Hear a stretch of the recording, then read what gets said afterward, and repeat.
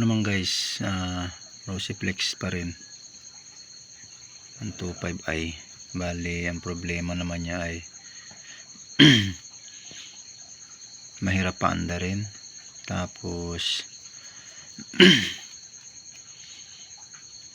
walang minor, and then ano pa, namamatay pag pag malamig. Pag mainit-init na, okay na siya, kaso namamatay pa rin. Minsan matatsambahan mo ng patsamba lang ang paandar dito guys, hanggang sa malobat na yung kamo. Bali ang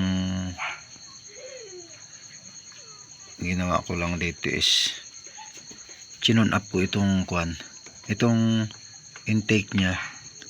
Okay ang laro, ayan, siya, tamang tama lang. Ito namang isa, hindi mo magalaw, sobrang tukod.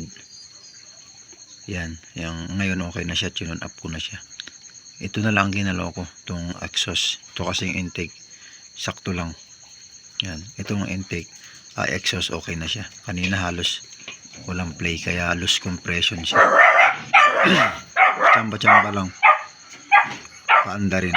Kasi hindi good ang kanyang compression. Pero ngayon, okay na siya kasi pag pinihit mo yung yan niya, pag pinihit mo yan, halos hindi mo na mapihit. So matigas na siya, na manamanong kamay.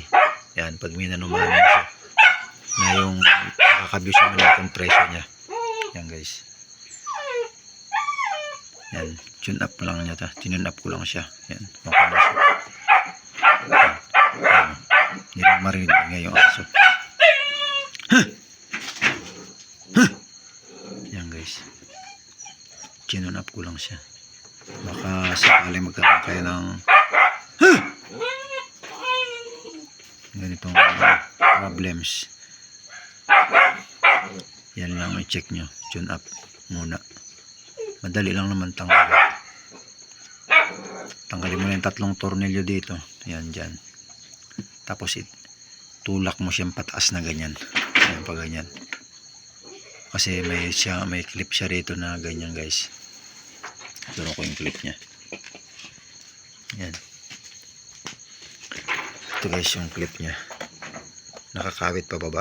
Ibig sabihin, pag natanggal mo yung 3 tornilyo dito, maski hawakan mo rito o dito, tulak mo siyang pataas para kumabuse to.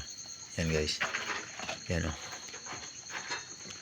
Okay, hanggang doon lang muna mga lodi.